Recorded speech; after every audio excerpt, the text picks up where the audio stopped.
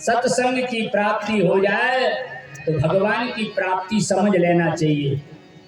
दुनिया में और संग आपको मिल जाएंगे, लेकिन सत्संग का ये जो क्षण है इसकी बड़ी महिमा गाई गई है। सुतरारायण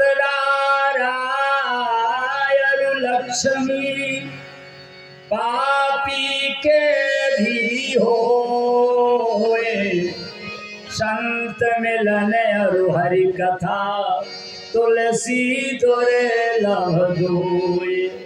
सुत दारा और लक्ष्मी, घर द्वार पैसा तो सबके यहाँ होता है।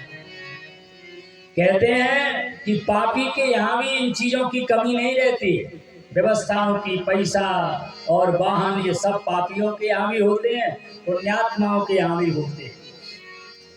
लेकिन दो बातें पापियों को दुर्लभ हैं, और आप देख लेना संसार में अनुभव करके कि सब कुछ है आदमी के पास में, यदि दो चीजें उसको उपलब्ध नहीं है तो भगवान की कृपा दृष्टि नहीं, दृष्टि तो है भगवान की, क्योंकि सब कर्म ना विकर्म सबका लेखा जोखा करने वाले परमात्मा है, सबका हिसाब किताब रखने वाले परमात्मा है। सत्संग तो भगवान उसी को देते हैं जिसको भगवान चाहते, जिसको भगवान अपनी ओर खींचना चाहते हैं, उसी के लिए सत्संग की प्राप्ति होती है। ध्यान में रखो ये बात। नहीं माताओं बहनों, नवरात्रि हमारी सफल हो गई, भगवान की कृपा से सत्संग की प्राप्ति हो गई तो नवरात्रि सफल हो गई। और नहीं तो हम जो कुछ भी करते हैं बिना कथा के वो सब निष्फल होता है, उसका कोई फल नहीं मिलता है। सत्संग जरूर करना चाहिए। इसलिए आप लोग ये जो व्रत करती माताएं बहनें, लेकिन किताब पढ़वाती हैं ना पंडित जी से, काय गुरु जी पोथी नहीं लाए, नहीं, और किताब यदि पढ़ी ना हो तो ऐसा लगता ही नहीं है कि हम उपास थे, व्रत किया था और हमने पूजन किया है। क्यों? क्योंकि उस व्रत के महत्व को हम बिना कथा के नहीं समझ पाते। इसलिए पंडित जी पोथी पढ़ते हैं, माताएं बैठ करके कथा सुनती हैं, फिर होम लगाती, फिर आरती करती, ऋषि पंचमी हो, चाहे संतान साते हो, चाहे हरिताली का तीज हो, और चाहे हर छठ हो, होता है ना। माताएं कथा सुनती हो, आप लोग सुनती है, माताओं से हिला दिए, बहुत अच्छी। ऐसा तो नहीं कि पंडित जी किताब बाँच में बैठे और तुम्हारी बातें चालू हो जाती, नहीं होती। हाँ, नहीं होती, नहीं होती, नहीं हो, ऐसा नहीं होता है। हमने कहीं कहीं देखा पंडित जी ने किताब खोली और बस बातें चालू हो गई, और पंडित जी की बोलो शंकर भगवान की जय, तब माताएं कहती हाँ हो गई किताब, ले सिक्का, किताब पे सिक्का चढ़ा देती।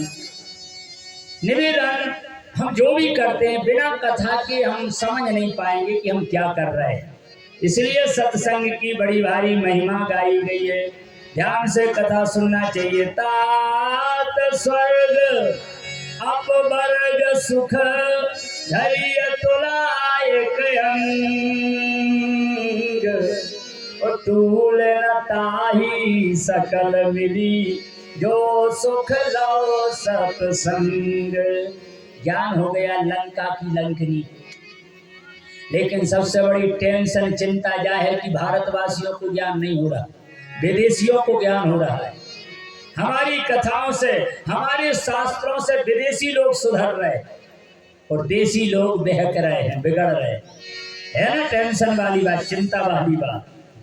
दुनिया की दूसरे देशों की माताएं बहनें भारतीय संस्कृति को अपना रही हैं। भारतीय सभ्यता, जो संस्कृति है, जो मर्यादा है, जो संस्कार हैं, हमारे देश के लोग छोड़ रहे हैं, वो विदेशी लोग अपना रहे हैं।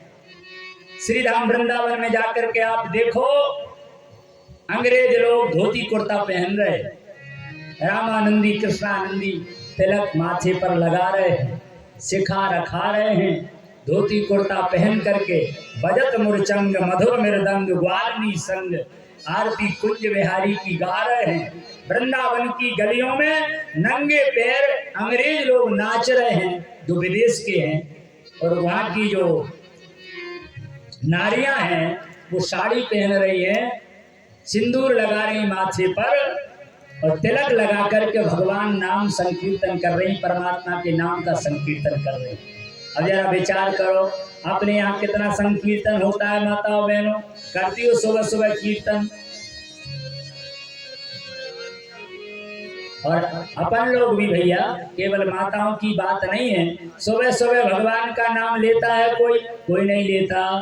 दुनिया की बातों में टेंशन में फंस जाते हैं, और नहीं तो सास बहू से लड़ना चालू कर देती, सूर्योदय नहीं होता और जब तक सो रही है, ऐसा और वैसा, जो काम करते रहो बाप कर है, सब ऐसा।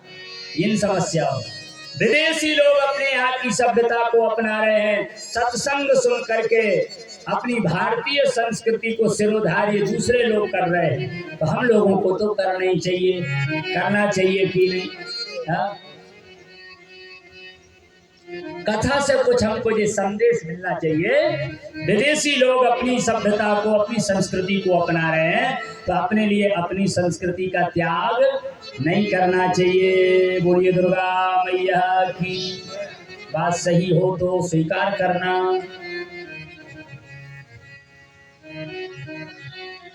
भारत की बड़ी भारी महिमा है, तो लंका की लंकनी सुधर गई, अर्थात कहाँ लंका, जहाँ राक्षस ही राक्षस रहते हैं, वहां के लोग अपने हनुमान जी जैसे संत को पा करके और सत्संग की महिमा गाने लगे।